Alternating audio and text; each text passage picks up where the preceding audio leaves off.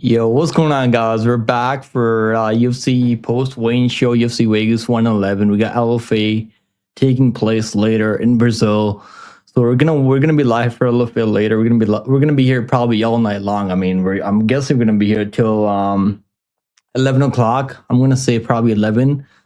So I got some free time this week, so we're gonna go live more than I usually go live.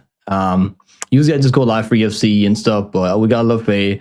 We got Shannon Clark taking on Consoli. We got a really good co-main event spot on that card. Should be really fun. And we're just gonna take a look at the wins like we normally do, and just take a look at the fighters. We'll see what the body language is telling us. We'll take a look at the props and all that stuff that goes along with that. We got West Coast, and what's going on, West Coast? How you doing, brother? How you doing? Are you excited for this card? UFC Vegas 111. I've already done like a couple of breakdowns for this card, and it's not really like the best card on paper, but I think it's gonna deliver. Randy Brown, longtime UFC veteran, taking on Bonfim. I know people are really low on Bonfim. They've been kind of hating on Bonfim brothers. I've seen I actually like Gabriel Bonfim more than his brother Ismail Bonfim, because I think he's more talented overall than his brother Ismail Bonfim. And Gabriel has more dog in him too. So I think Gabriel is gonna go out there, get a really good highlight over Brandy Brown, and put his name out there in the top 10. So maybe they'll give him someone in the top 10 after this fight. You got the other dude now instead of the Ismail Bonfim, bro. I was already picking Padilla. I know he missed weight. I know Ismail missed weight by like how many pounds? I think like 6 pounds or some shit like that. He missed weight by so much, bro. It's kind of crazy to me. Imagine that helps him, because remember, sometimes just because these guys miss weight, they want to maybe it might help him defend more takedowns. I mean, so he could play like a couple of different ways. Just because he missed weight doesn't mean that he's not prepared properly. He might just use that to help him defend takedowns early on. That could definitely play a couple of different ways.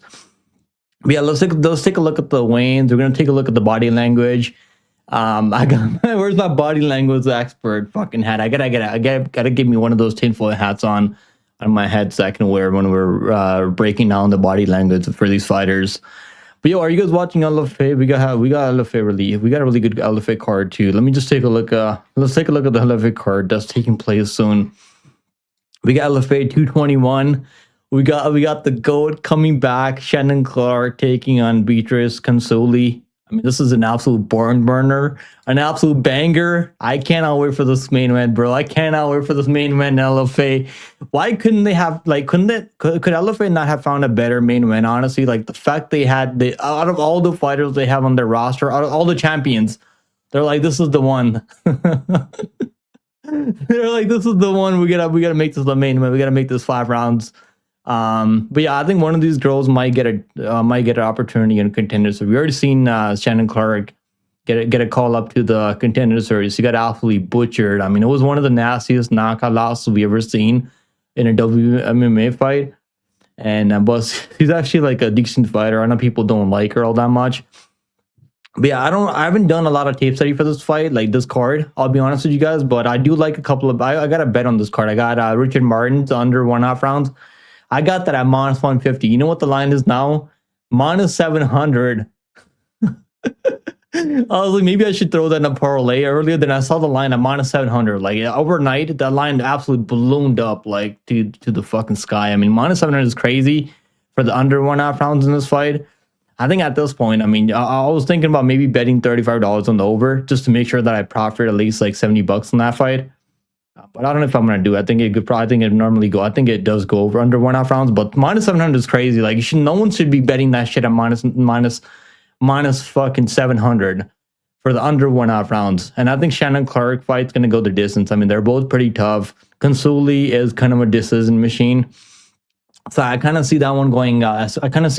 Going all 5 rounds, I think. But yeah, let's talk about the card that I'm supposed to be breaking down. I already broke down this card a couple of times. We got the Bob, and what's going on, Bob? How you doing, Bob? Bob, how you doing, brother? How you been? What have you been up to? Auction off that hoodie, bro. I love this hoodie too much, bro. I'm not fucking giving it away to anyone. No one can have this hoodie but me. Are you watching LFA later, bro? I'm trying to find a way to watch the early prelims, and I'm just not sure how to watch the early prelims for LFA. Cause yeah, like the early prelims, I don't know how you can. I know some people they know how to watch the early prelims. Like, why can't we watch the whole LFA card? Because I really want to watch the whole LFA card, bro. Like, I think it's gonna be a fun card. It's Friday. We got fights. We got other events today. We got like what I think we got for UFC today. We got like a bunch of other shit going on tonight. But I love LFA. I like some of my favorite organizations are LFA, UFC. I like One Championship too when they have a really good card. When they have someone like Abdullayev fighting on that one championship card, I'm definitely gonna tune in and watch that card. Hopefully the UFC signs him, but I don't know if they're gonna one's gonna let him go. Abdullayev. Make sure you guys remember that name. Abdullayev. That dude's gonna be a problem in the UFC soon. I know I say this about a lot of guys that come over from other organizations like One Championship, like PFO, like Bellator, but I think this guy is for real. Abdullayev is for real.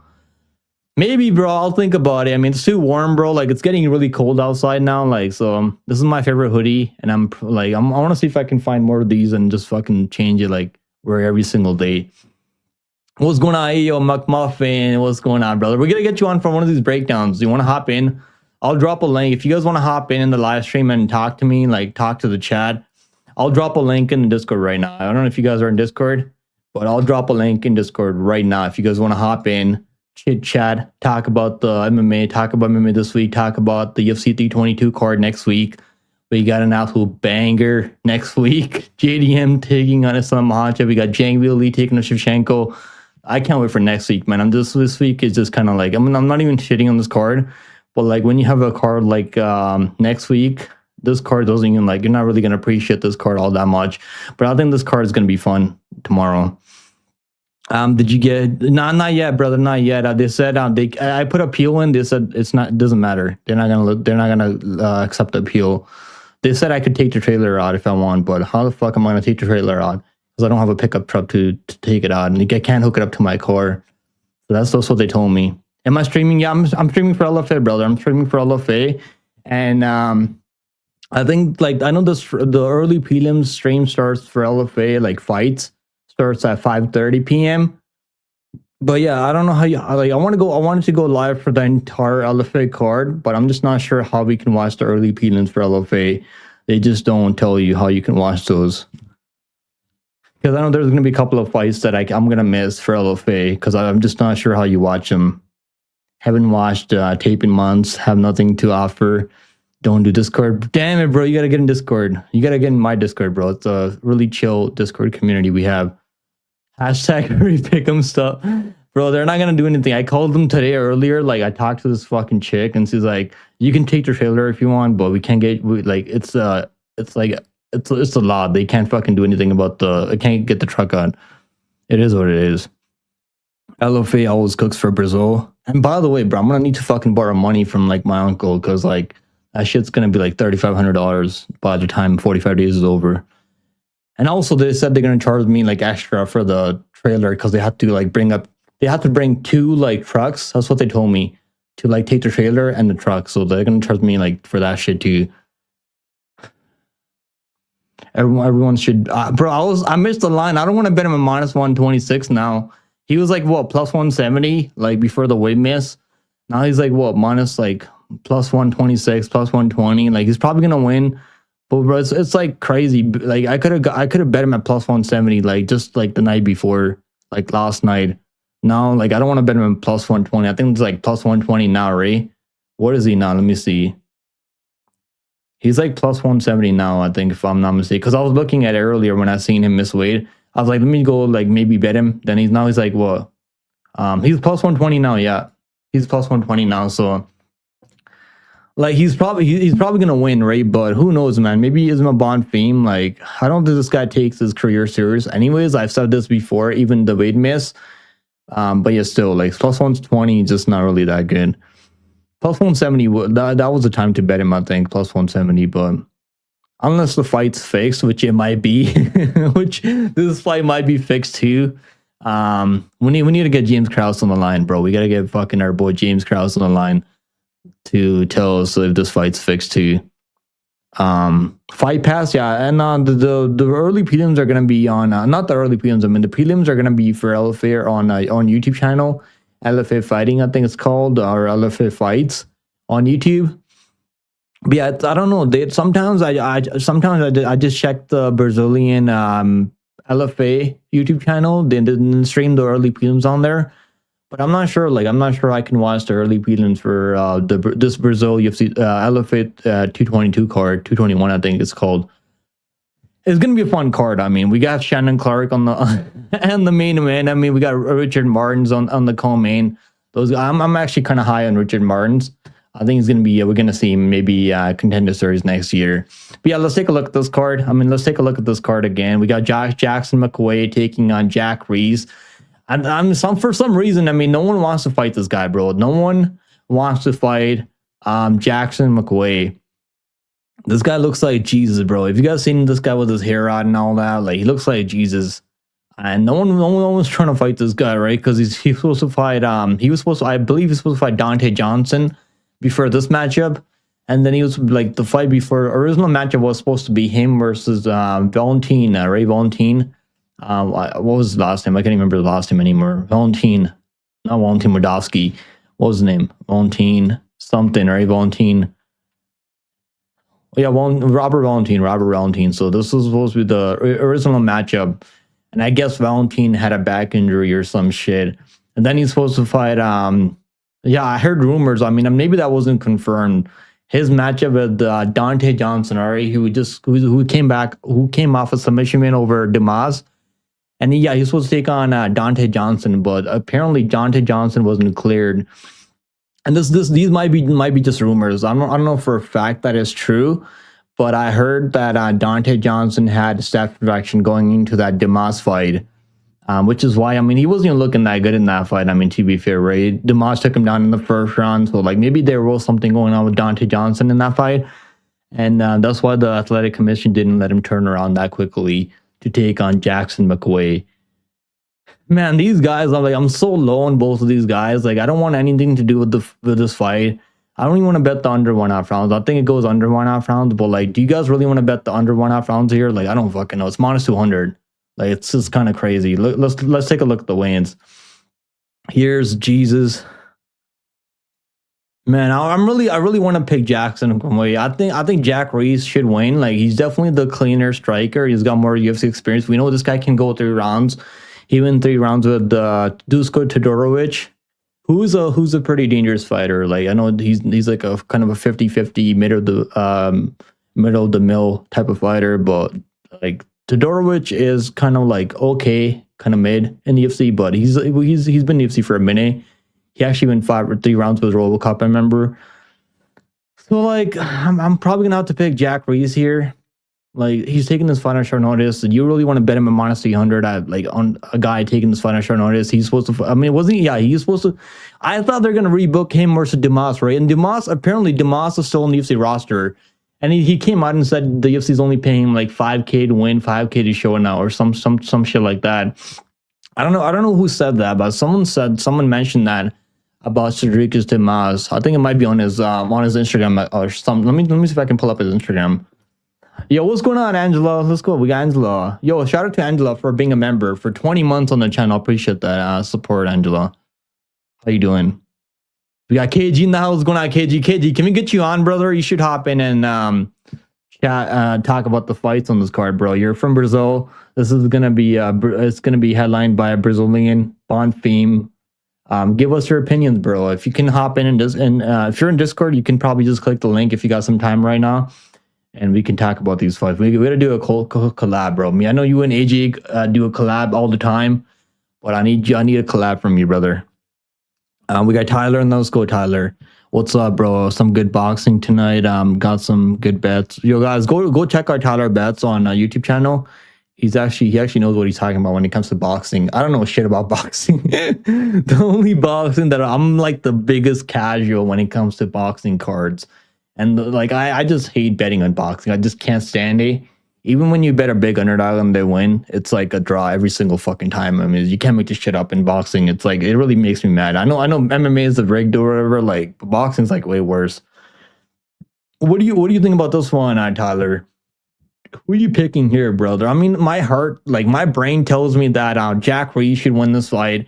He's gonna be the cleaner striker. He's more proven in the UFC. He's got better cardio. I mean, his cardio isn't bad as long as he's not out there playing BJJ off his back. I mean, can he find a submission on Jackson McQuay? I know Bruno Ferreira found a submission on Jackson McQuay, right? I think it was like a armbar or some shit like that. You don't really see arm bars that often in men's like and guys, like when guys are fighting, and don't be me, you see a lot of like arm bars and like other shit like that, submission fights ending by submission, like by arm bars. But in like men's fights, like it doesn't really happen all that often. So I mean, that is Bruno Ferreira. I mean, Bruno Ferreira would probably mop the floor with Jack Reese too. I mean, if I like, I think Bruno Ferreira would be a sizable favorite over Jack Reese too. So I'm not really gonna take anything away from Jackson McQuay there.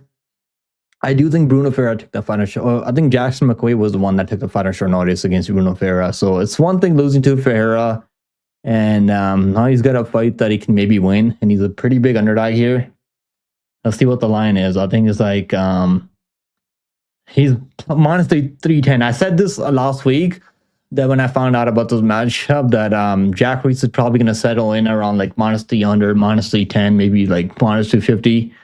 I think they actually opened the line at like minus 200. The bookies, let me see. I think they actually opened the line at like minus 200. And obviously money came in on Jack Reese, which is kind of understandable. He's more proven at the UFC level. He's got more wins. This guy doesn't have any wins in the UFC, and he's not really proven. Hasn't gone past the first round ever. So we don't know what this guy's going to look like if it goes past round one. This fight's probably not going to go past round one, yeah. Okay, minus 310 for Jack Reese. Okay, they actually opened him at minus 500, so... And then he went up like down to minus 260, and obviously money coming in, Jack Reese now. So yeah, I mean... This might be one of the easiest fights for Jack Reese. I mean, if he knocks him out in round one. But he makes a lot of mistakes, though. Like, he'll go for, like... He'll play BJJ off his back. I mean, but not that I think this guy McQuay can wrestle like that. But I'm just saying, there's something to think about, right? When you're paralleling someone like Jack Reese, who's been knocked out before. And, but he's okay. I mean, Jack Reese should be able to get this one done. And just one thing, trusting him at minus 300 or some shit. I can't do it for me. This fight is this fight card is gonna be squeaky clean now that the FBI. I don't know, bro. I don't know. Honestly, I don't know. I wouldn't say that. I don't know. I don't trust that guy, Cash Patel. When you have a name like Cash Patel, isn't that his name, Cash Patel? He's probably cashing in on the bets, bro. Cash Patel. I think that's his name, right? Patel. He's Hindu. I know he's okay. He's Cash Patel, bro. Do you guys really trust a guy like Cash Patel with a name like Cash Patel to investigate the UFC betting scandals? I don't fucking trust anyone whose name is Cash Patel. Yeah, the pick is Jack Reese by KG. KG has spoken. He said the pick is are you not picking a Brazilian? Isn't Jackson? Oh, he's not Brazilian. I think he's actually American. Okay, he's not. Am I related to Cash Patel? Maybe I just don't fucking know, bro. Maybe I am. Maybe that's why I cashed in your deer. Because we were all in on it, bro. FBI was in on it. Dana White was in on it. Bro, the fact they actually let Dulgarian continue into that fight, the fact they let Almeida fight against Michael Aswell, like something fishy is going on, bro, for real. Like if I was the UFC, like I would not let Dulgarian like fight that night. I mean, why would you let that fight happen after all that shit that's going on, right? I don't know, Dana White, the Nelk Boys. Actually, Nelk Boys, don't they sponsor Dulgarian? Now that I think about it, I think they sponsor, or let me see. Let me look this up. I swear to God, bro. I know they sponsor a couple of fighters. Isaac Dulgarian. Was he not sponsored by Full Send? Yeah, look. Look, he has a deal with Full Send, bro. What the fuck? Look at this shit. This is getting deeper and deeper, bro. What the fuck? Look at this shit right here. Honestly, I think they gave him a house or some shit. Like, actually, I know. People only think the only fighter that ever got a house from someone was Gorimbo, right? Demba Gorimbo. But look at this shit. Dulgarian got a house from Full Send Team Nelk Boys. why the full send deal with the Nelk boys hasn't. Okay. It never came through. It never came through. But maybe it has behind the scenes. We just don't fucking know, bro. That's crazy, bro. Now, like, who? I wonder where Delgorian's gonna fight. If any organization's gonna pick him up anymore. Like, I'm not sure what's gonna happen with this guy, bro. Like, how's he gonna make money? Like, he's gonna have to find something else to do, maybe. Maybe dirty boxing. I mean, I don't even think he's got good boxing for dirty boxing. Maybe he's gonna have to do something, bro. Or like, he can probably compete in like BJJ or some shit. I don't know what he's gonna do now. But I hope I mean, how much money do you guys think he made from that? Fixed flight, maybe like 500,000, because I don't know if you can put more than like 500,000 on even when you're putting in bets. Most books, they limit you at 2K, bro. So like, unless you're like a really like big heavy better, then you can probably put in like 100K or like maybe like 50K. But like most books, like Bet Online, they actually limit you at like 2K per like money line bet. So like, I don't know, bro. Do you think they bet 15 million on him? Nah, bro, I don't know. I don't know if I don't know. I don't think it's 50 million. That's way too much, bro. That's way too much, Dabs. How you doing, Dabs? How you doing, brother? Bro, you guys love this hoodie. You guys, I should probably make some fucking merch for this shit. I just got it. I don't even remember. I just got it from the mall, bro. The fucking Brampton Mall. The Bramley City Center. That's what it's called. The Bramley City Center. That's the mall I got this shit from. For I think maybe like 500,000. I mean, maybe the people that he was in on it with, like maybe he made like 500,000. I mean, so like I don't think he made more than like I don't think he's made more than, I mean, 500,000's a lot of money, honestly, for him. Because what he's making, like maybe like 15K to win, 15K to show, like he's probably making like 30K, right? And he's gotta pay all his coaches, his team, his nutritionist, and all that stuff. Like he's probably only taking home like 20K. Even if you with a win, if he loses, I mean, he's probably taking home like what 10K maybe. So like it wasn't the OG, bro. Exactly, the OG Bramley City Center. Exactly, bro. You know what it is. Too many, bro. We fucking own Brampton now. I mean, they don't call it Browntown for no reason. But yeah, let's get back to this breakdown. I'm going off track now. I gotta be live for LFA later, bro, at 5:30. So we got a little bit over an hour to go. But yeah, I'm gonna give you guys a prop on this fight. Do we have props for this fight? Yeah, let's see. Do we have a prop for this fight? Let me see. Fight odds.io. Let me see if we have props on this. I don't have any bets on this fight. I don't even want to bet this shit.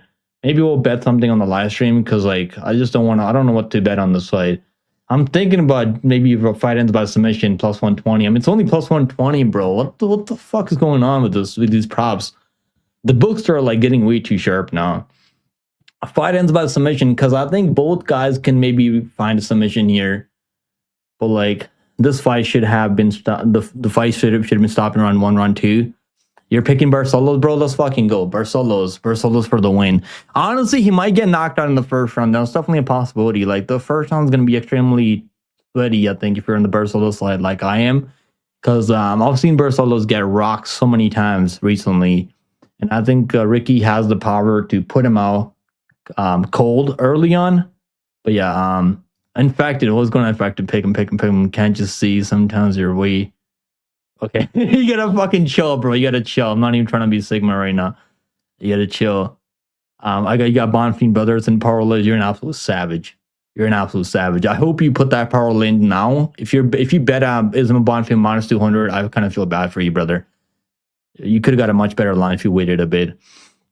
Maybe if you put that in now, like that's not a bad parlay if you think he wins. Ricky is a lock. You guys. I mean, I've seen a lot of people saying all week that Ricky Simone is a lock of the century or some shit. We'll see about that, man. I'm not really that high on Ricky. I know he beat the GOAT Rob Duosuli. He's the only guy to ever finish him. So that is kind of that. I mean, that does say something. I mean, I'm not gonna lie, but I don't know, man. Barcelo's been looking okay recently. Dropped the. I didn't get the fucking green light from the Kraus team. Maybe I'll drop it when I get permission. Yeah, I'll like honestly the round 1 KO might be the round 1. Reese round 1. Reese by KO plus 140. Oh my god, bro, this thing sucks. This betting on this shit sucks. This first side. McQuay round 1 plus 600. I mean, Reese round 1 plus 125. It's probably going to end in the first round. It's only plus 125 for the first round finish. I mean, that's not really. I guess it's better than betting the money line minus 300 if you want to bet this shit. Yeah, my pick's going to be maybe Reese round 1 KO plus 300. Honestly, that's not too bad. But like McQuay's chin's like not really that bad. His striking is just not really that good. Like his chin's like not as bad as Julian Marquez. Julian Marquez was completely fucking washed at that point up when he got knocked out by Jack Reese in like 30 seconds. But he's going to be the better striker. Maybe you can find a knockout here. So I guess I'll take the round 1 KO for Jack Reese. I didn't bet this shit, so if you guys want to bet it on your own. Be careful. It might be a submission. But yeah, I think it's just we're just fucking playing around, bro. You think I don't have the money to pay Kraus for an interview, bro? He's probably gonna charge people like 50K just to do an interview. I mean, everyone's like trying to get that interview right now, right? I'm sure like all the big shots. I mean, Ariel Helwani. I mean, I don't think Helwani pays anyone to do interviews, does he? I don't think he pays anyone, but I'm just saying like, I don't have the type of money to do an interview with James Krause. I don't have those connections. I wish I did, because that would be the first thing I do. That would do numbers, bro. The James Krause. I mean, MMA Guru should try and do an interview with James Krause. I don't think he can talk to it. Like he has a case going on with FBI, right? But with that Derek Minner still, I think that case is still active. So I don't think he can speak on that yet until they make a decision. The court makes a decision on that. So I don't. Maybe they told him that he can't talk about it because it would not help him in court later. Maybe that's probably why he hasn't done an interview. I've seen Yanni the Greek do an interview with James Lynch, and he was talking about the betting side of it. Like I watched that. That was actually a good interview from Yanni the Greek. W's Yanni the Greek, by the way. Yeah, definitely. It's actually plus 400 for Ricky via KO now. Honestly, that's not too bad. Plus 400 I think he's got the finishing upside. I mean, honestly, I think he's got more ability to find a knockout in that fight over Barcelos. But I don't know, Barcelos only been knocked out by Umar. I mean, Umar like caught him with a really good shot, I think. But the man is 40 years old. I mean, he might be older than even 40 years old, because like a lot of these Brazilians, they lie about their age when they come into the UFC. Yeah, let's move on. We gotta run through this, bro. It's already like 4:30. I want to go live for a little bit later, so let's kind of run through this. Next fight on the card, we have Miles Jones versus Daniel Marcos. Now, I'll give you guys a really good parlay. I'll give you guys a really good 2-leg parlay that's gonna cash. You guys can win like 3 times your money on this one. Let's watch the face-offs. I want to see the face-offs here. Yeah, Marcos is definitely a little bit bigger, right? And I don't know, like I don't think Johns is gonna get those takedowns. I mean, if Johns gonna knock him out, I don't think he's knocking him out.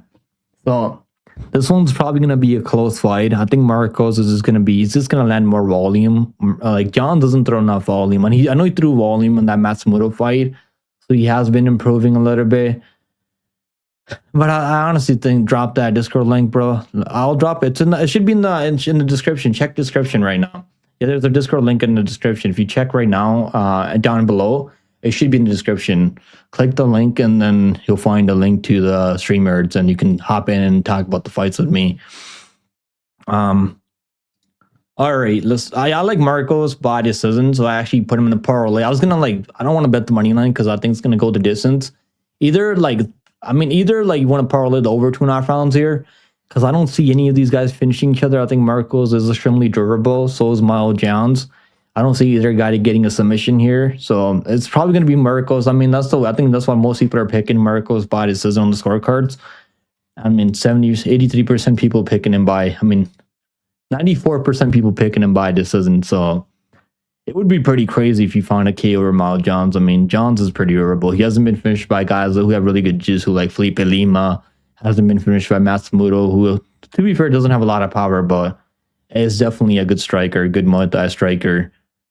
I think it's going to be Marcos on the scorecards, and I like that plus 110 number by decision for Marcos. I think it'll be a close decision, but I think Marcos is going to do enough. Maybe mix in some takedowns. I'm not sure if he's going to have success getting those takedowns over Miles Jones, because Jones is a really physical fighter at bantamweight. He has a wrestling background, I believe. But he might be able to just time some nice takedowns, which Johns isn't expecting. Maybe open it up with the striking a little bit. Let me see. What was the? I think plus 110 honestly isn't that bad for Marcos, but this isn't. Marcos actually okay. Unanimous isn't plus 120. Just bet that this isn't prob. I think that's good enough. The unanimous it might be like a close split. I mean, you never know. Some of these judges, they're fighting in the smaller octagon, right? So I think that's like kind of scary for Marcos because Johns isn't gonna have to like close the distance. It's not gonna be hard for him to close the distance on him because they're like he's probably gonna be the one pressuring Marcos. I think Marcos is gonna be on the back foot, landing low kicks, landing some body kicks, and just kind of piecing him out with some knees up the middle, cutting him open maybe in one of those early rounds. And I think the damage is gonna favor Marcos. That's what I think. And maybe land an elbow up close. He did that against Davey Grant, I remember. So he might be able to do something like that here. I can't wait for Marco Tulio, bro. Honestly, that might be the most technical fight on the card. I can't really think about another fight on this card that's going to be more technical, more high level than CLD versus Marco Tulio. I'm not betting on that one. Just gonna watch it probably. I get it because it's gonna be a close fight. So I can understand your point why you don't want to have any action on it.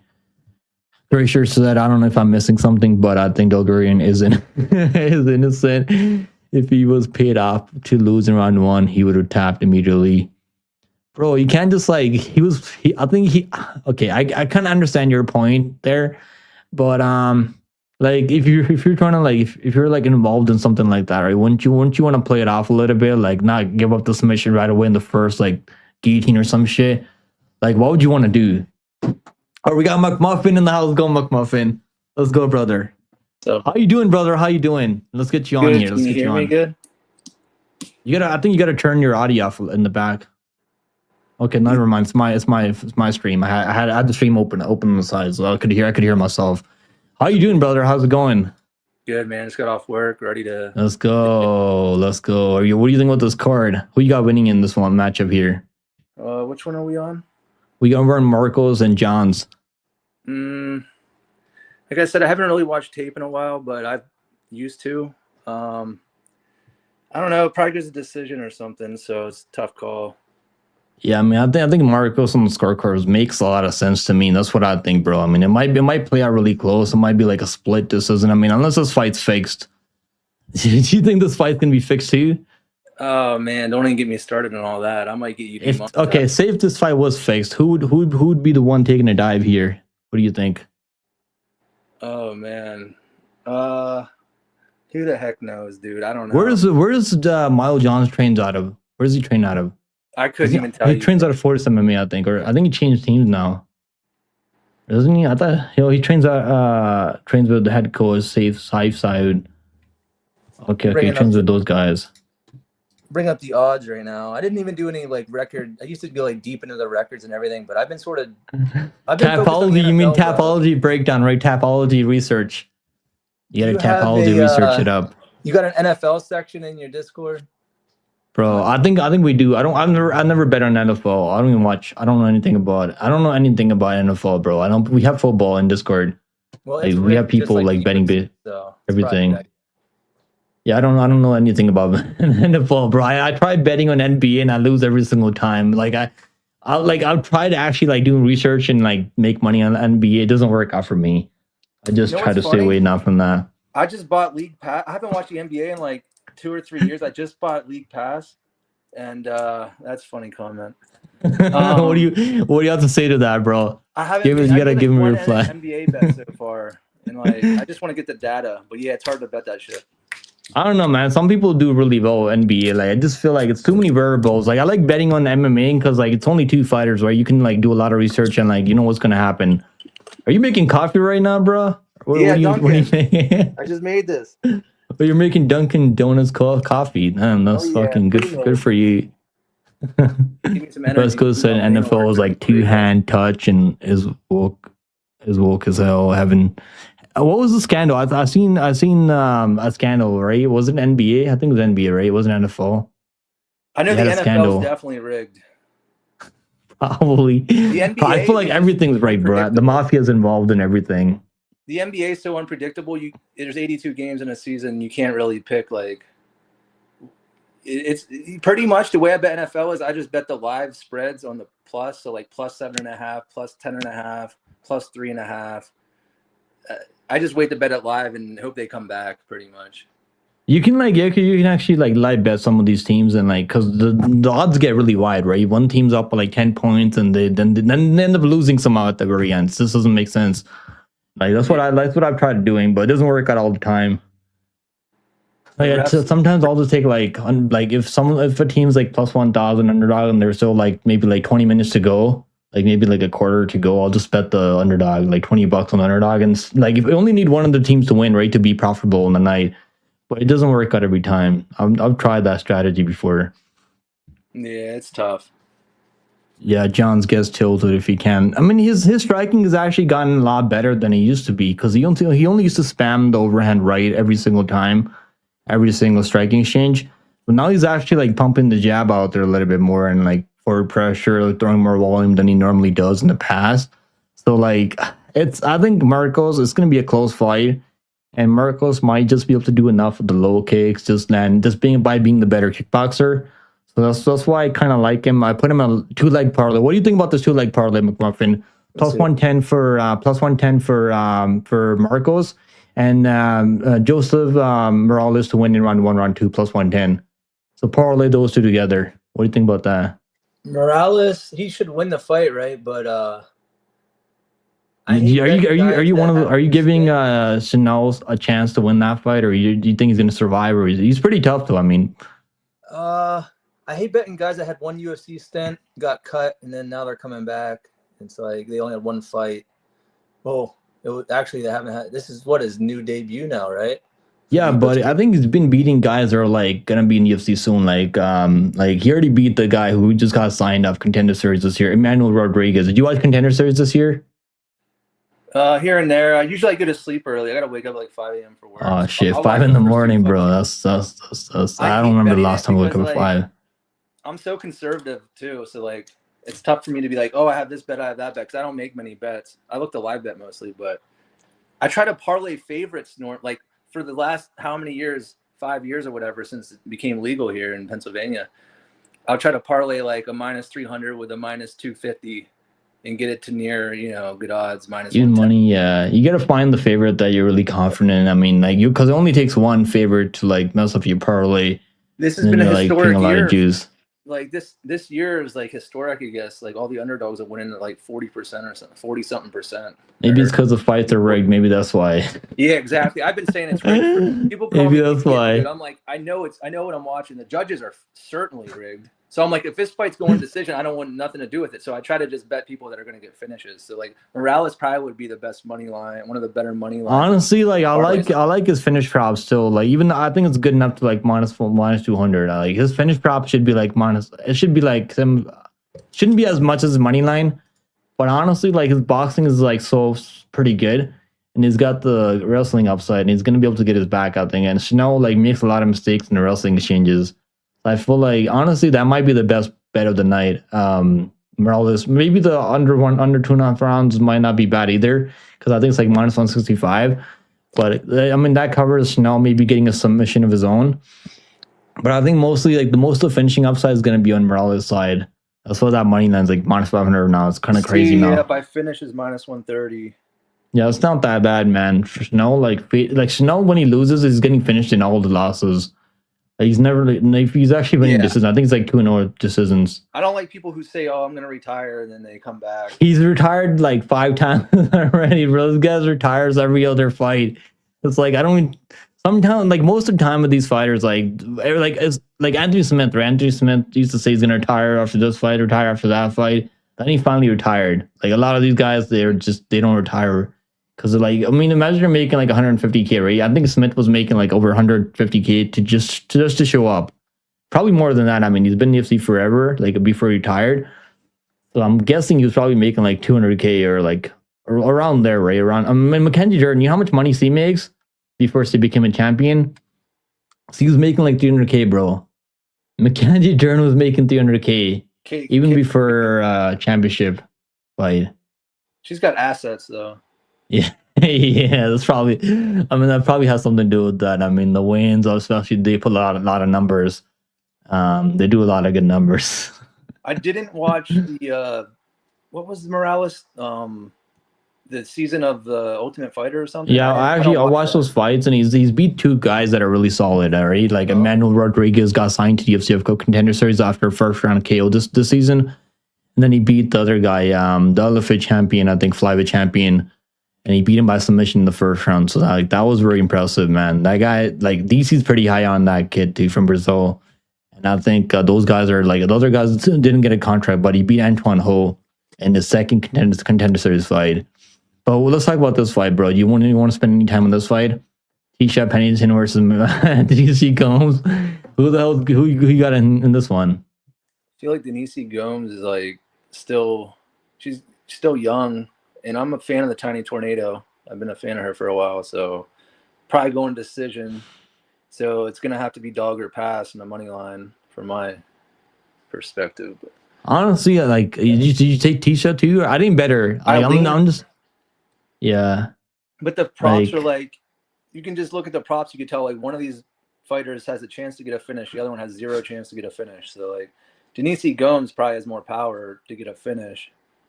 So, but like, who's she finishing? She finished Bruno Brazil, who's kind of like, I mean, she's okay kickboxer, but like not really the most durable fighter. Yeah. Jasmine Haregui has no chin. She finished at least fucking Reed, who's like a decent kickboxer, but like has no fucking chin. I mean, that was one of the worst stoppages I've ever seen from Jason Herzog. They should investigate Jason Herzog, bro. He's definitely got some money involved in fights that he's officiating, I think. I'll tell you, that was really bad. First of all, Dana White's like buddies with Trump. Trump appointed the FBI director. Nothing's gonna happen to the people in power. They're gonna be like, oh, we couldn't find anything, but like, obviously, everyone in the UFC brass knows that these fights are being rigged by the judges, and they don't want to do nothing about it. So, like, nothing's gonna happen, but like, hopefully, it's less obvious now. I don't know. I don't even think it'll change. It's crazy. Yeah, I mean, especially some of these like referees. I mean, if I was a referee, I'd have some money involved. So I would not be a fucking clean referee, bro. I don't give a fuck. Probably make a lot of money in the sports books. I mean, Herb Dean, you know, Herb Dean likes to play in the snow. Did you know that about Herb Dean? What are you referring to? Herb Dean, bro. He likes to play in the snow. If you catch my drift. Oh, okay. Yo, Richard said, guys, be honest. DC Gomes is bad. Don't lie. Nah, man. I mean, she's like, maybe she had long hair and shit, but like, what do you think about DC Gomes? Isn't she 25? Would you smash that or what? Is she older than 25 or no? I got that. Huh? What was that? She 25, Denise Gomes. Yeah, she's like 25 years old. Yeah, wow, she's young. Crazy. You know, she's actually like lesbian. I think her girlfriend's name is what was her name again? I think it was Carol Hossa. Carol Hossa. So like they're together. Yeah. Carol Hossa and DC Gomes. Is that your thing?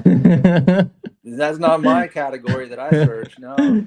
I mean, you wouldn't smash two lesbians if they were okay with it. Yeah, if they were hot, but Carol Host is all right. But I'm not a fan of the short hair, to be honest with you. But yeah, well, yeah. I mean, that's Pat Berry's thing, bro. Short hair, Pat Berry. Don't make me feel like weak as hell because she's jacked too. Yeah, I probably wouldn't do that one. It's a 125. I think this is a 120 or 115, right? This is a 115, maybe. This is 120, 115. Yeah, this is a strawweight, bro. She's jacked for strawweight, though. I'm not gonna lie, but yeah, I could see her just getting really good all of a sudden. Like, she does have serious power, so I wouldn't be surprised. I think she's probably gonna have the better moments. That's why, like, I didn't bet Tisha Pennington. I mean, even though as much as I like her as an underdog here, because I can just see her having like the better, flashier moments in this fight. Just like the more eye-catching shots, right? So she might be able to land one of those shots that are like they're gonna score more in the judge's eye. That's what I think's gonna happen. Better cardio. She's gonna land more volume. I think Pennington's gonna land more volume. She's definitely the cleaner kickboxer. But Gomes has got that physicality, bro. She's 10 years younger. So like I'm still gonna pick Tisha Pennington because I think she should be able to win this fight.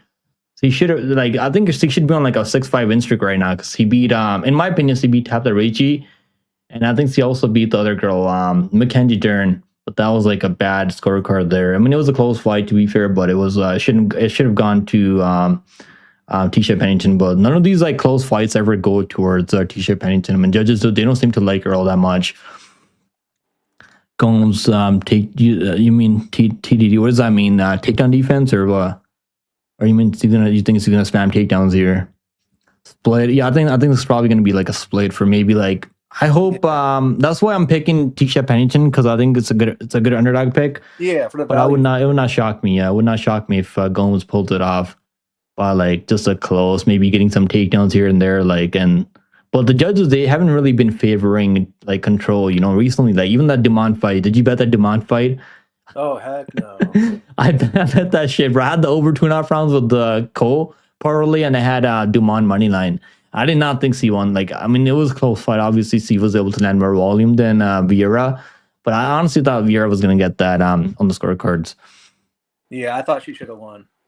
It was a really shitty fight. I mean, none of those girls should get a title shot after a fight like that, but they're probably going to get a title shot because there really isn't anyone else at 135 for. Because who else is there? I mean, unless Amanda Nunes comes back, like who's going to fight Kayla Harrison at 135? What do you think? Can you think anyone I at just 135? heard Shevchenko had an interview saying she wanted to fight her. Shevchenko? Yeah, I just heard her in an interview like this week. She said Kayla Harrison isn't a fighter. She said she wants to fight Kayla Harrison. Oh, she wants to fight Kayla Harrison. I think she Yeah. would probably beat Kayla Harrison. I would pick Shevchenko over her. I think. I know Kayla Harrison doesn't have a lot of power.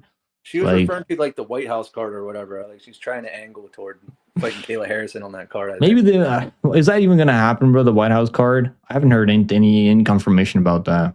A lot can happen between now and then. Let's put it like that. That's true. Tyler's got Gomes by decision. I mean, probably. I mean, maybe like a close split decision. Maybe. Twitch has got Pennington decision. I mean, so like people are all over on this one. Shevchenko's gonna win and move up. Honestly, I'm gonna pick Shevchenko over Zhang Weili. What do you think about that matchup? I think Zhang Weili can be taken down. I think Shevchenko can get takedowns, and her kickboxing is good, bro. By the way, she's the only girl that took down Manon Fior in the UFC. She's the only one that ever knocked her down in the UFC, by the way. So like that's pretty crazy. Like even at 37 years old, Shevchenko still looks kind of good. Yeah, that's tough. My dumbass bet Tatiana Hugger Suarez. I bet her too at plus. I think it was like I think I bet Tatiana too there. I bet Patchy Mix, and I didn't bet him. I didn't bet Patchy Mix the next time after that. Because like those guys were like banned from fucking ever seeing my money ever again. Yeah. Her and her boyfriend. There's one guy on this card that's on my no bet list, and you already covered it. Zach Reese, he's on my no bet list, so like he should probably win. But yeah, you can't trust people like that, bro. You just can't trust people like that. But anyways, let's move on. Next fight on the card is gonna be Josh Hockett versus Max Jimenez. I'm really curious to see how these face-offs are gonna play out. What the fuck? I thought Jimenez was gonna be like a lot bigger. I don't know. Tapolsky has him like bigger, right? Or something like. They have him at 6 feet. Okay, so never mind. But he's gonna be heavier than Josh Hockett, maybe, right? I think he weighs more than him. I did watch the Contender Series fight for Josh Hockett or Hockett, wherever. Did you enjoy him on the mic? He's actually kind of funny. He's like Kobe Covington 2.0, bro. That's I don't him. like that. I don't like that at all.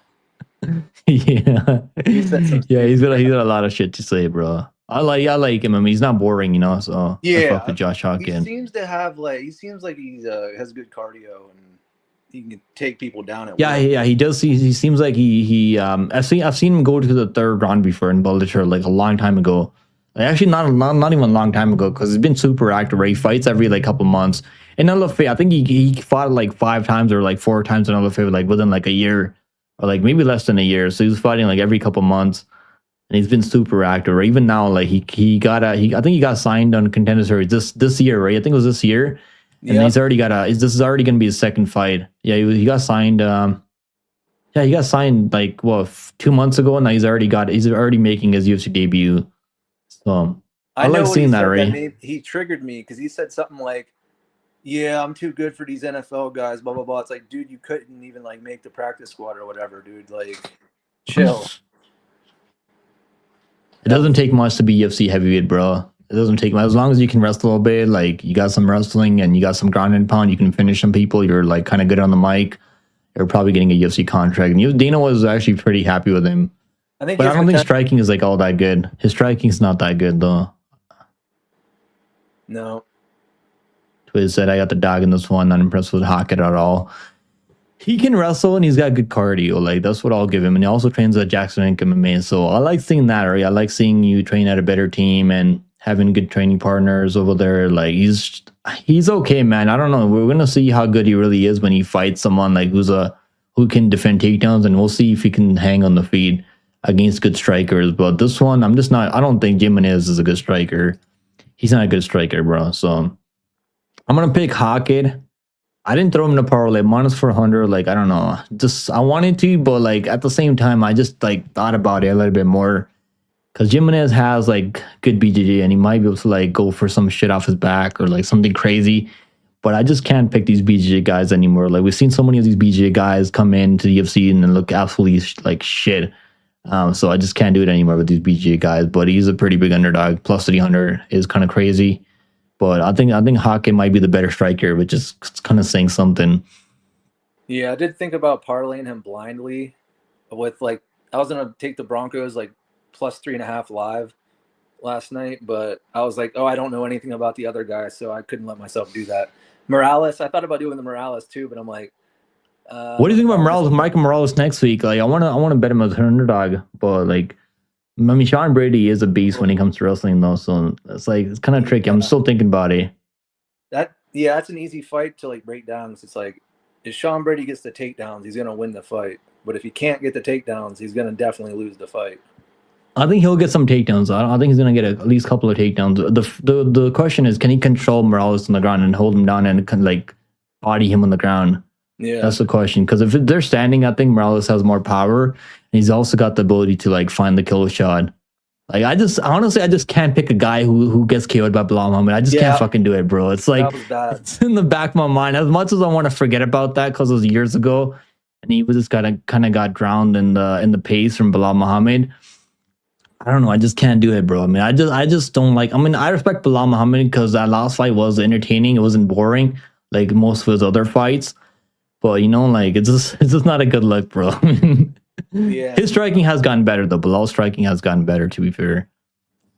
Yo, let's go. We got a gift of membership from Nate Brown, bro. Shout out to Nate Brown. Appreciate that, brother. Appreciate the gifted on the channel. Too. Thanks, yeah, Nate's an OG on the channel, bro. He's been here since day one. Appreciate that, Nate.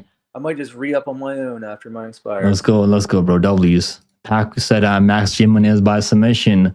What is the number by submission? I haven't even looked at this, bro. Like I know Pacu's pretty high on Pacu's a sharp better, by the way. So he likes if he's high on a submission like this, I mean that might be his money line, right? Jimenez plus 1,200.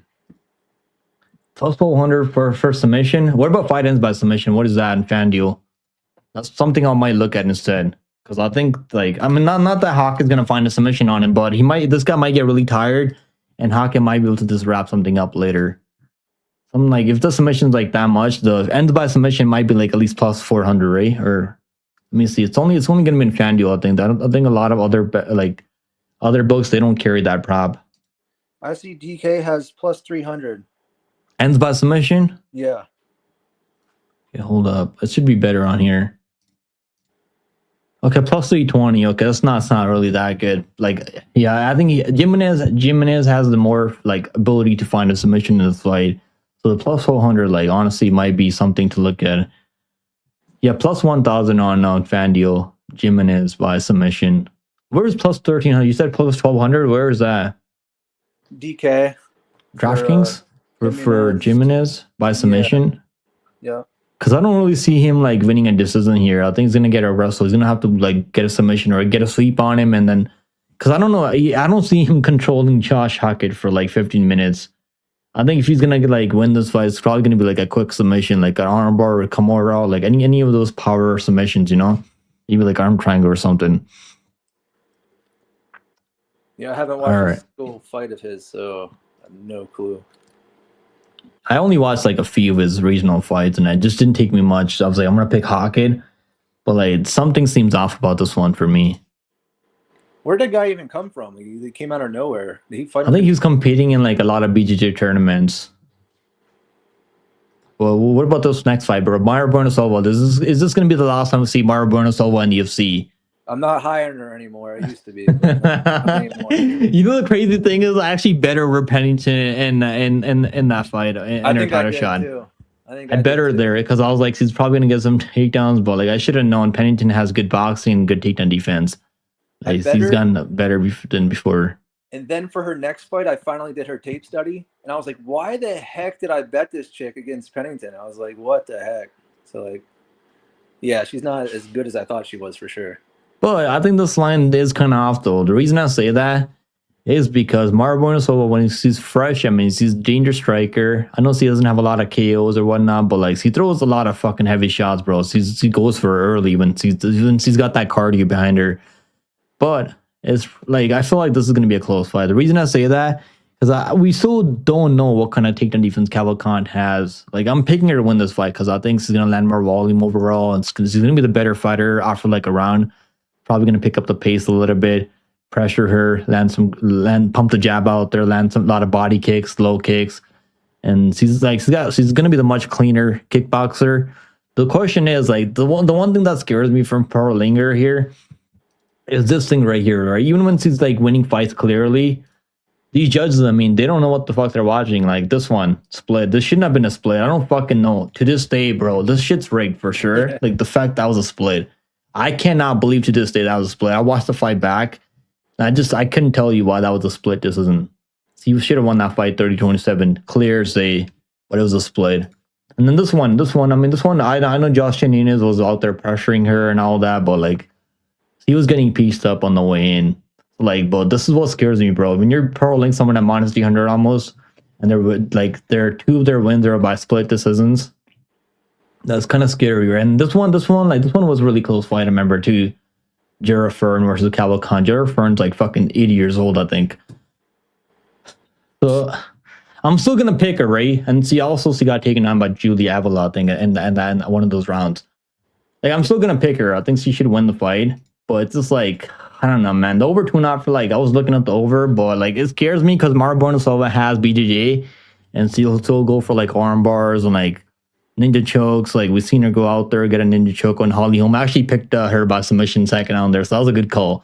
I don't see pot for Ritalin after Adderall. I think see pot for Adderall after that, so they turned that into no contest. But she's got those abilities to find submissions anywhere this fight goes on the ground. She definitely has the upside for submission. Like her sub only line is minus 280 for MBS here. It's like minus 280. I'm not fucking betting that shit. But she's only gonna be like, it's not good enough. If it was like plus minus 120, minus 130, like that wouldn't be a bad bet. Yeah, there's a reason why it's minus 280. They know that only one of these fighters can get a sub here. Imagine she fucking taps the strikes and it goes down as a submission.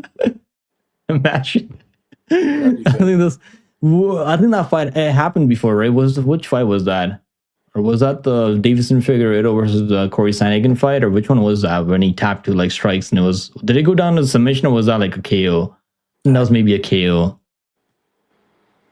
Hagu said I got plus 1300 on Tuesday when the props dropped, bro. Plus 1300. I mean, you can just kind of chill back and just watch that fight, not even sweat, because like it's one thing like betting prop like plus 1300, like throw 10-20 bucks on that and just kind of chill. Like you're not really gonna be worried at that point. The last submission that I cast was plus 1500, like by submission, like crazy odds. It was Santos over what's his name, Jack Jenkins. I was like a second, third on submission I cast on. Like they had boosts on FanDuel. They actually give you like a boost, so you can use that to like get a better juice on the props.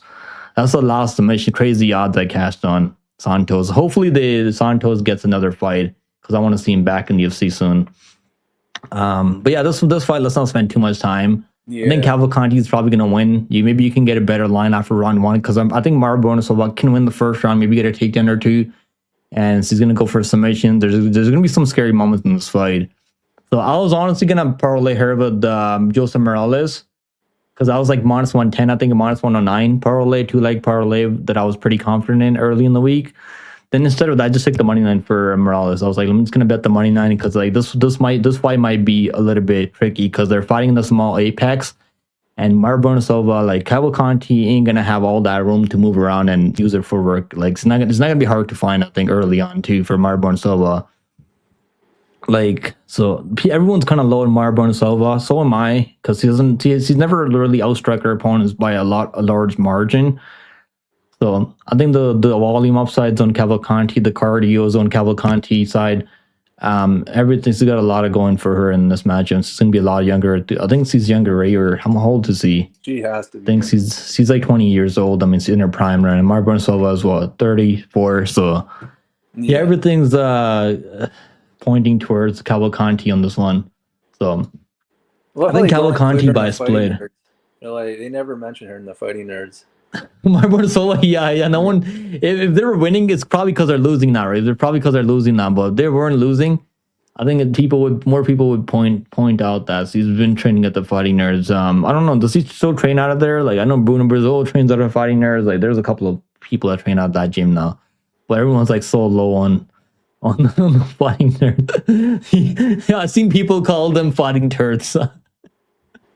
Yeah, I think they're gonna get some W's again, like soon probably, but it's just crazy when people start losing, bro. They were winning like they couldn't fucking lose before.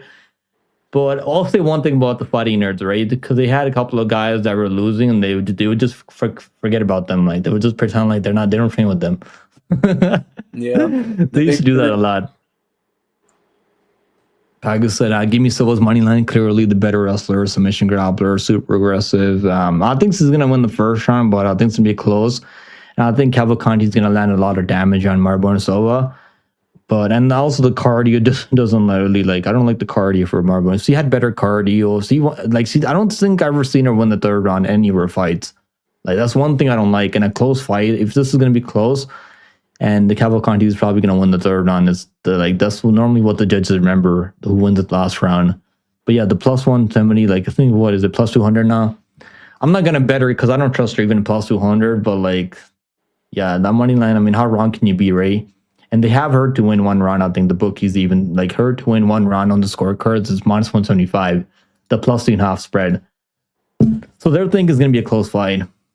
But let's not spend too much time. Bob, I don't know. Is there any cake on this card, bro? I can't really think of anyone right now, Bob. We don't have anyone. Like last week we had Norma Demond. The week before we had Mackenzie Dern. So this was definitely a downgrade from those last 2 weeks. Cavalcante is the best you're getting, Bob. Cavalcante is the best you're getting on this one. Honestly, Marbonosova, like she's alright for a Brazilian. I'm not gonna lie. Like she kind of looks like a fucking man. I'm not gonna lie. Like her face. Like she's like, depends how drunk you are. If I'm like really, really drunk. If I saw her on Halloween, dude, I would jump scare. Yeah, T-Shot does useless. We got the cake inspector right here, bro. He's right. He's on to something with that one. All right. He's on something with that one. I forgot about that. Damn me. All right, let's move on. We got Ricky Simone versus Ronnie Barcelos. Give us your pick on this one, McMuffin. Who you got here? Man, Ricky Simone's like so hot and cold. It's hard to know who the heck's going to show up. Barcelos is super old. He is, bro. Do you think he's actually 39 or 38, or he's actually like 45? He might be like 45. He might be. He looks old as shit, bro. Jose Aldo lied about his age on his birth certificate, I think. Even RoboCop is not 33, bro. No one can convince me RoboCop is 33 years old. Like, I don't fucking believe, like, when people, I think RoboCop was like 31 years old like 2 years ago, and I was like saying this even then. Like, RoboCop has to be the oldest looking fucking 31-year-old out there in the UFC or even in the fucking world. I mean, all right. Yeah, this matchup, I'm picking Barcelos. I don't know, maybe I'm just a Ricky Simone hater.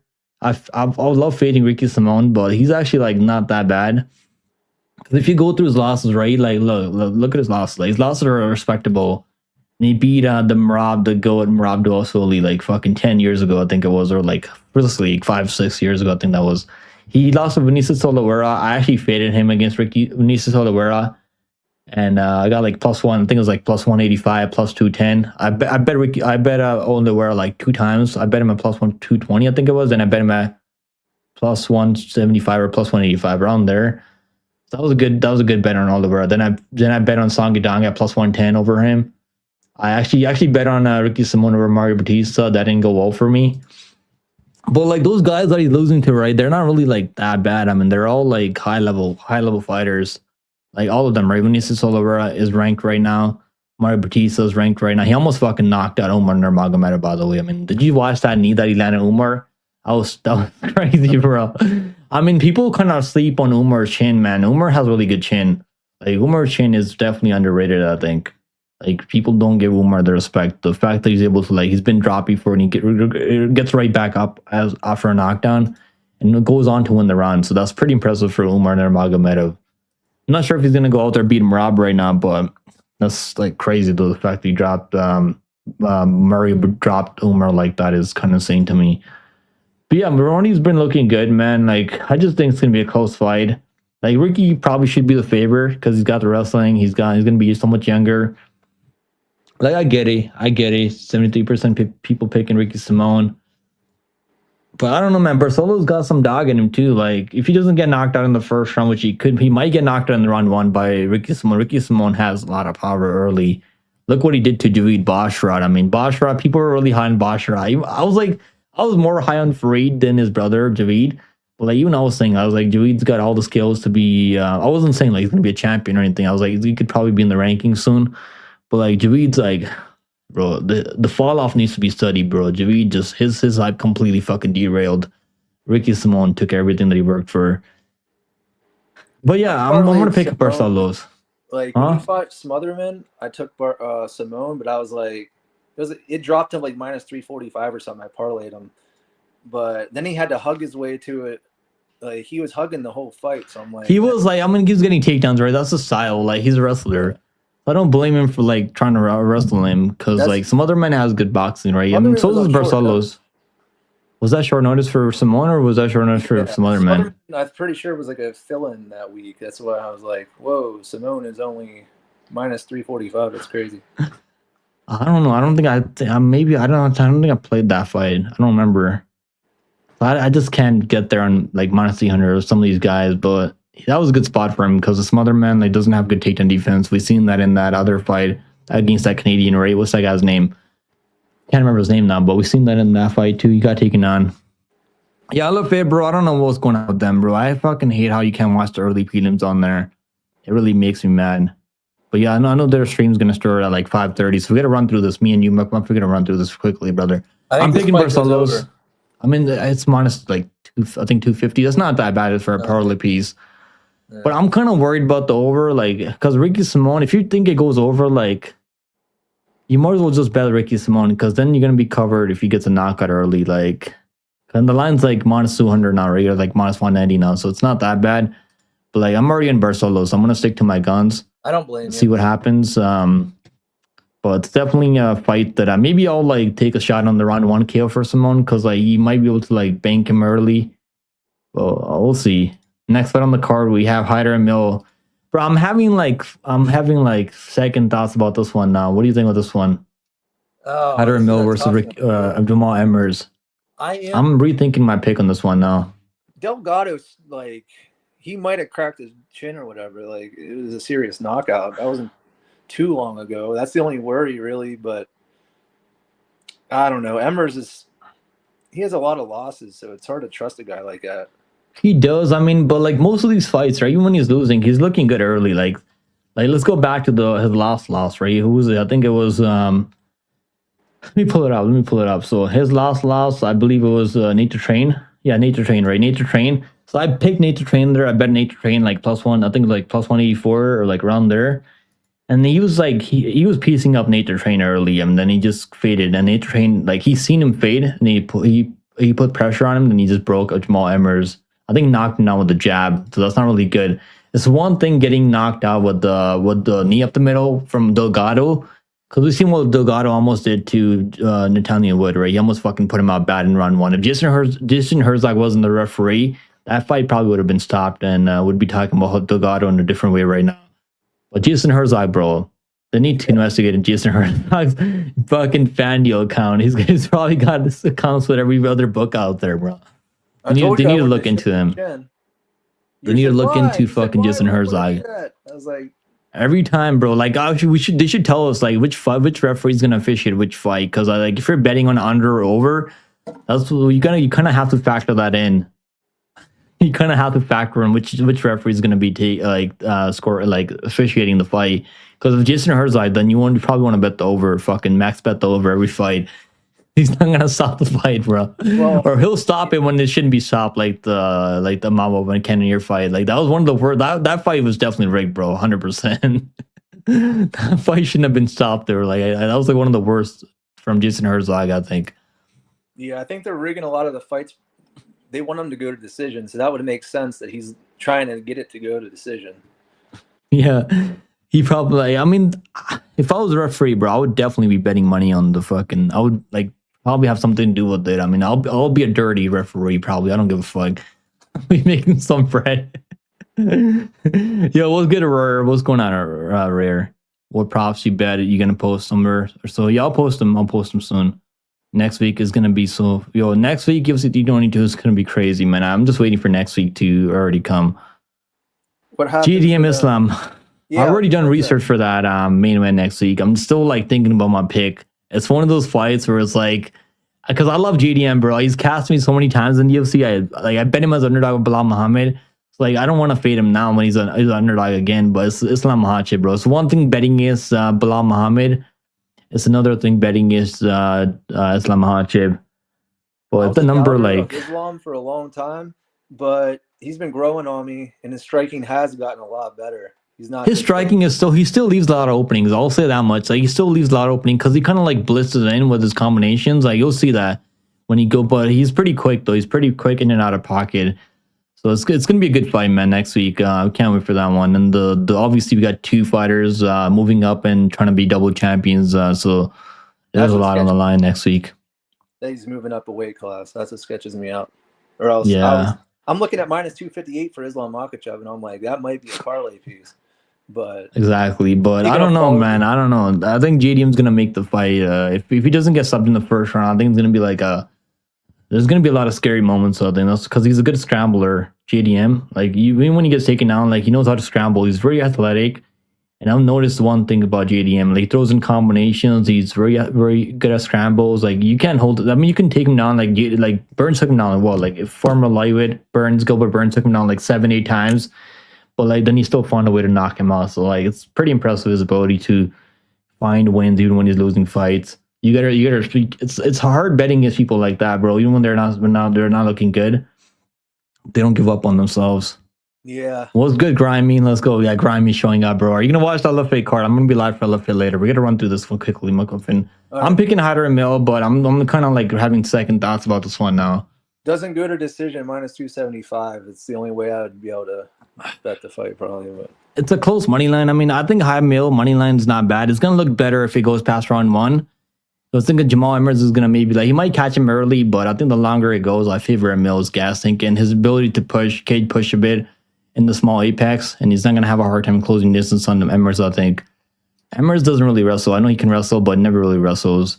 What about this fight, bro? Demont's fucking boyfriend. Oh, Marco Tulio. Do you think this guy's losing with that hat on, with that cowboy hat on? Can this guy lose? I don't know if the cowboy hat's like the caucus mountain warrior hats, but looks like a cowboy hat. I don't know. I can't really tell. The other one, those hats look different. I mean, the one that like what's his name, Ramiz Brahimaz has, and those guys over there like Orbai, like those are different hats. I think those are the serious hats. I don't know about that cowboy hat. Who do I like in the fight? I'm not high on the Cage Warriors guys, and Leroy Duncan. That's true. That's runs true. Away a lot. He does, but that's what I don't like about him. And they're fighting in the small apex, man. So I think it's gonna be hard for him to like move in and out of range as like he likes to move.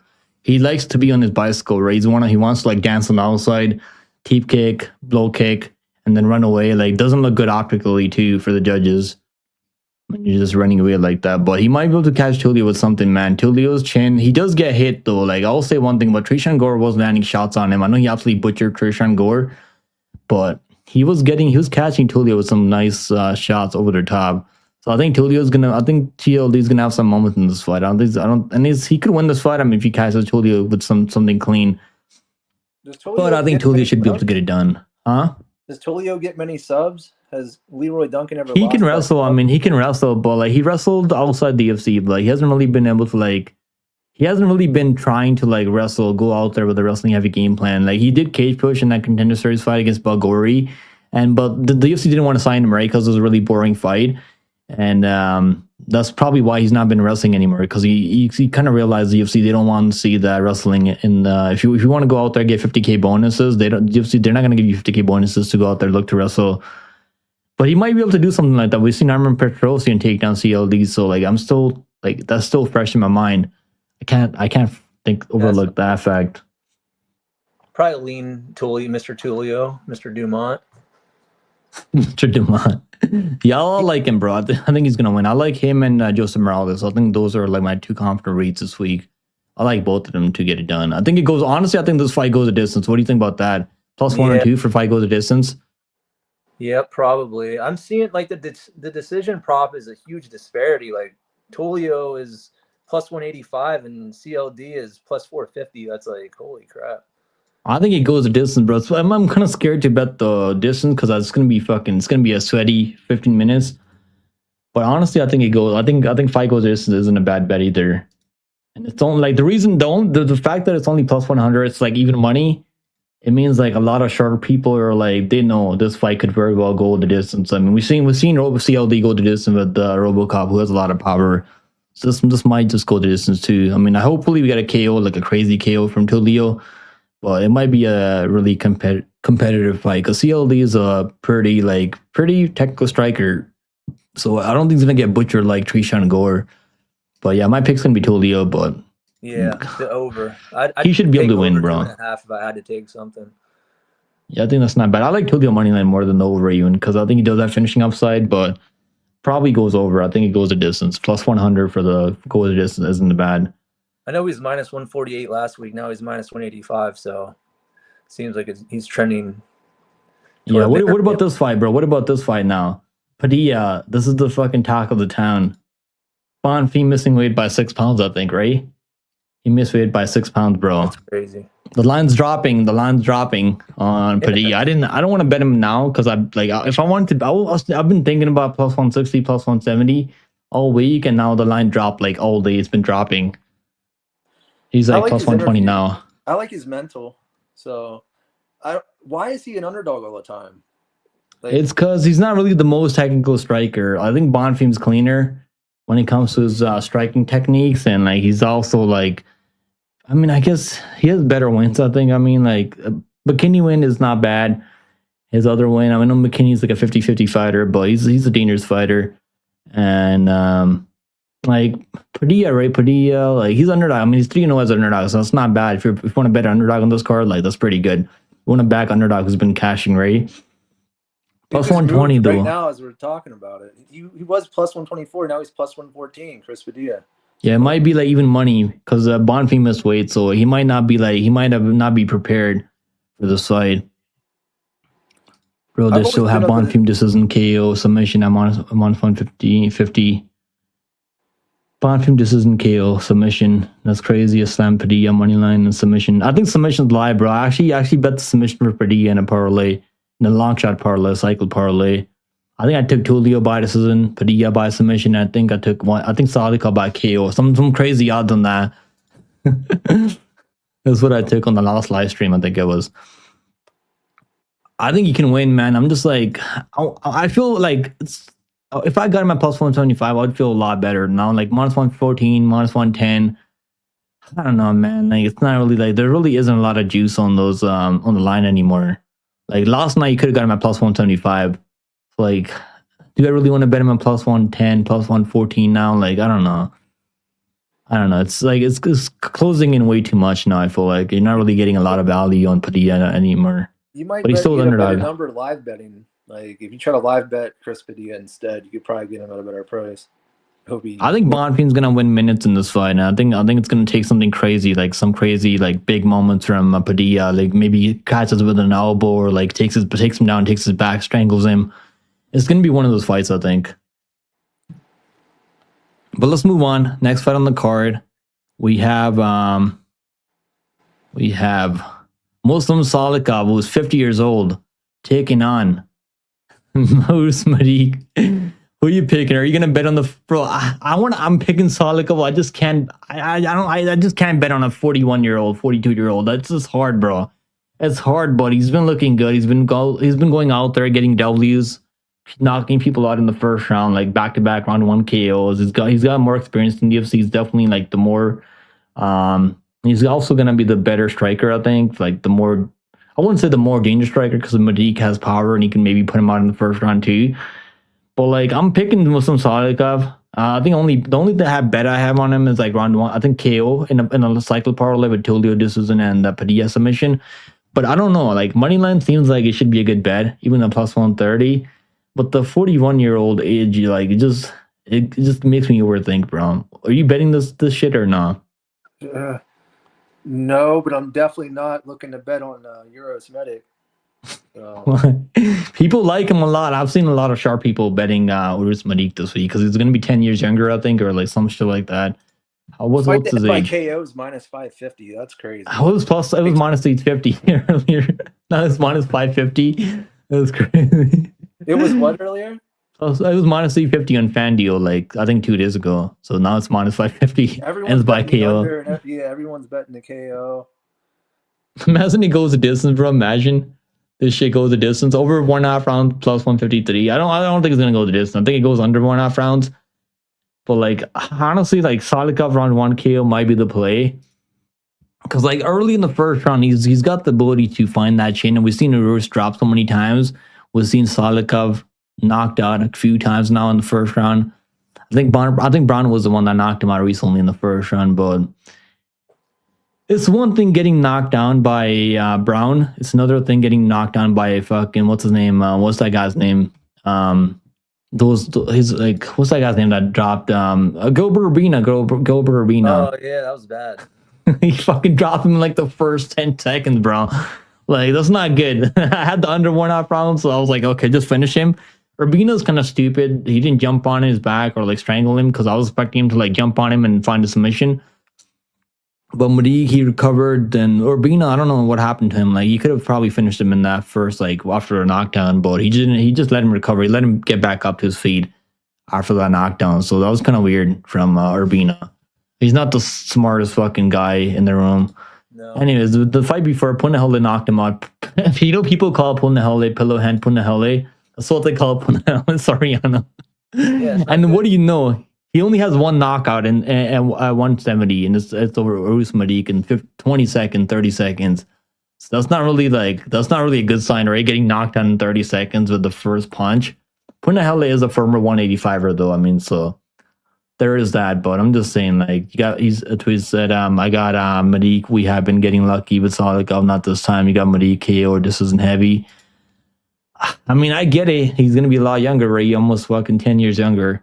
And he's gonna have a reach advantage. I mean, 1 inch reach advantage isn't that crazy, but he might get knocked out in the first like 30 seconds. I mean, it would not shock me at one bit.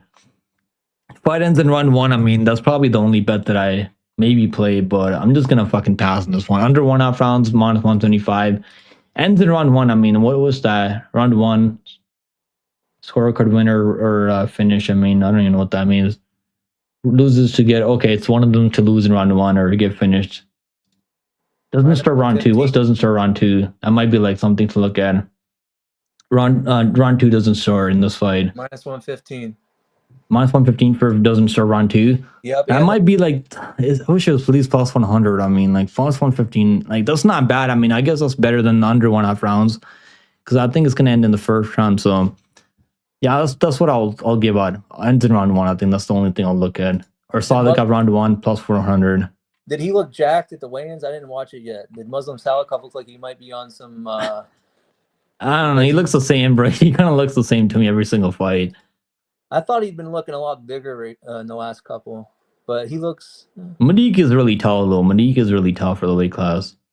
It might just be that, but he looks okay for 41 years old. Like, I mean, yeah, I wish I look like that right now. I don't look like that right now. I'm fucking 27, bro.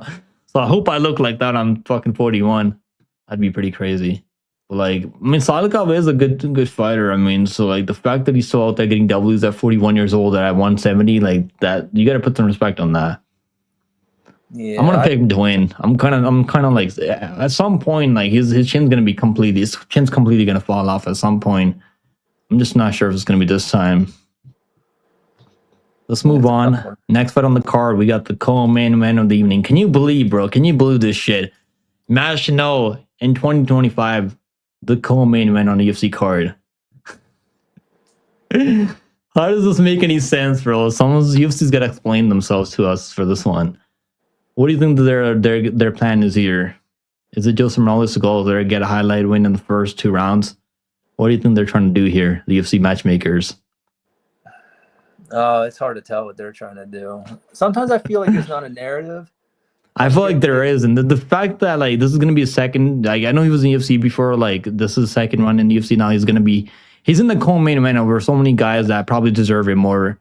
That's true. To be a co-main event on this card. Like it's the fact they're giving him Matt Chanel, the one of the most least durable fighters on the UFC roster, and he might retire after this fight. He might just fucking call it off and retire. This Jimmy Flake fight, I mean, this was one of the worst fights I've seen in my life. I know it wasn't like boring or anything, but like it was just them wrestling each other, and Flake was winning that fight early. Like the first, I thought Flake almost won the fight, but then he just got really tired at the end there, and then Chanel just took over. I'll give him credit for that one. Well, who did he fight where he came? Sumer Darzy. Yeah. It was Sumer Darzy. That's a historic fight. When he got that triangle, right? He got fucking dropped like 50 times in that fight. But it was getting dropped by elbows, knees, like everything that you couldn't fucking move his head. I didn't have any money on it, but I was like freaking out. That's when you know it's a good fight. That was a crazy fight. I mean, that was a crazy fight. So he's definitely got hurt. I mean, I'm not questioning that, but the problem is like Morales has good boxing. He's got good wrestling. He can dictate where this fight takes place. And Chanel might have a good enough jiu-jitsu where that he doesn't get strangled, but I think Morales has ground and pound, so he can probably finish him by ground and pound. So I'm actually really high on round 1, round 2 round 1, round 2 finish for what's his name? For Morales. I think this plus 110, bro. You can still get plus money on him to finish this fight. I think if he's gonna finish him, it's gonna be in the first 2 rounds. Not that he can't finish him in the later rounds. I'm just saying I think it's gonna be like really early on. Like round 1, round 2, this is what I like. I put this in with Marco's round 1 by decision 2-leg parlay. Where is it? Yeah, round 1, round 2, plus 120 now. So I actually bet that at plus 110. So you can even get better odds on that now, plus 120. ICD is like minus 160, I think. Yeah, ICD's okay, actually. Yeah, minus 130 for ICD. Honestly, I like that one, man. We'll make a cycle parlay for the people after this, after we go through the main event now.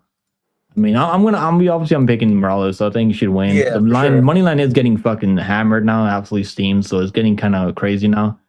But if he's gonna win, I think he's gonna finish him. So I like the finish prop, round 1, round 2, plus 120. I think that's a good prop right there. What about this one, bro? What about this one, this main event? Oh man. Well, Gabriel Bonfim's the better Bonfim brother, so he didn't look amazing at the weigh-ins. Like, I don't know. This is a tough call. You think Brown's gonna knock him out? Do you think Bonfim? I know I've heard people say that Bonfim is not durable. I've seen people say that. That's like complete lies, right? Because even when he got finished by Dalby, he didn't like. I don't think it was was that a knockdown? I mean, he did go down, but he was really tired. Then that was him like not like pacing himself properly. But since then, he's actually been pacing himself better. You know what I mean? Like, so I'm not dying to bet either one of them, but I guess I'd lean Bonfim. I'm leaning Bonfim. The only thing I bet on this fight is round 1 submission, round 2 submission. So I think it's 1200 plus 1200 for round 1 submission. I think round 2 is like plus 1400. Because I feel like this is gonna happen. Either Brown knocks him out early, like he might catch him with a really good shot and put him out cold. Like Bonfim might wake up looking at the lights and all that, but I think Bonfim has good enough striking that he can maybe pump the jab out there, open up his opportunities to get takedowns on Brown, because he's good at timing takedowns. That's one thing I noticed about Bonfim. I'm not even gonna look at the Wonder Boy fight too much. I know, and Wonder Boy is like a different fighter than Brown. I know they're both strikers, but like Wonder Boy like was ranked in top 5 at one point. Like he's I actually like I know he's 42 years old, but still like Wonder Boy is like at this point. I mean, he's probably not the better fighter now against Brown, but like I don't know. I think that would be a competitive fight. Randy Brown and Wonder Boy. Who would you pick in that one? I know I've seen a lot of people shit on like Wonder Boy now because he's 42 years old. But like Randy Brown probably isn't going to take him down, right? Wonder Boy, and it's going to be a striking match. Yeah, I think it's going to be close. It would probably be close. So people are shitting on Bonfim for that fight. I mean, he was supposed to go out there to destroy him because he's minus 500. So I get that part, but like, and it was close. You can make a case for Wonder Boy winning that fight. But he still found a way to win. He was still getting takedowns, and the striking was competitive. He has a good chin. He showed a good chin in that fight too. Because he was eating some clean head kicks from Wonder Boy, and Wonder Boy is like a really good karate striker. I'm gonna pick Bonfim. Like I'm picking Bonfim. Like I want to bet the money line, but it's like he's almost perfect in the UFC. Right? If he didn't get fraud checked by Dalby, I mean if you do him in math, obviously Randy Brown knocks out Dalby. But let's not. People don't. I've never seen anyone mention this. Dalby dropped Brown in the first round. By the way. He dropped him at the end of the first round. So, like, people are, like, talking about Brown, like, oh, he knocked out Dalby, like, this and that. But, like, he got dropped by fucking Dalby, too. So, like, it's not just, he didn't go out there completely destroy Dalby. I mean, up until that knockout, he was looking good. I mean, with his striking at range. I mean, pumping the jab out there, catching Dalby on the way in. So, maybe the reach advantage for Brown's going to give Bonfim some issues. But I think he's going to be able to level change. And he feints the takedowns too. He'll pump the jab out there, then feint a takedown. So I like his takedown entries, and I'm still like not sure how good Brown is on the ground. I know he's got some ground game. He can wrap up submissions of his own, and he's an opportunist submission grappler. But I think Bonfim can maybe catch him with a shot, maybe rock him, and then jump on that neck and find a submission. So I'm taking round 1, round 2 submission props, $25 on each one of those props. Submission's only like plus 165 if you want to bet the submission. I mean, he maybe gets a submission 3rd, 4th, 5th round, but I just think it's going to be early if it happens. So I like the submission round 1, round 2. Let me see what it is. On Bet Online, it's actually better on Bet Online if you bet that submission prop. Round 1 is like plus 100. Let me see what it is now. I'm seeing plus 550 round 1, plus 750 round 2. No, submission. Okay, yeah. So yeah, round 1 submission for. No, that's round 1. Okay, round 1 submissions. Wow, it's plus 525, bro. What the fuck? Yeah. What the fuck? That's crazy. No, it's plus 525. Wow. You said it moved. So it moved a lot. Almost 50%, bro. Almost 50%. That's crazy. Well, you might be honest.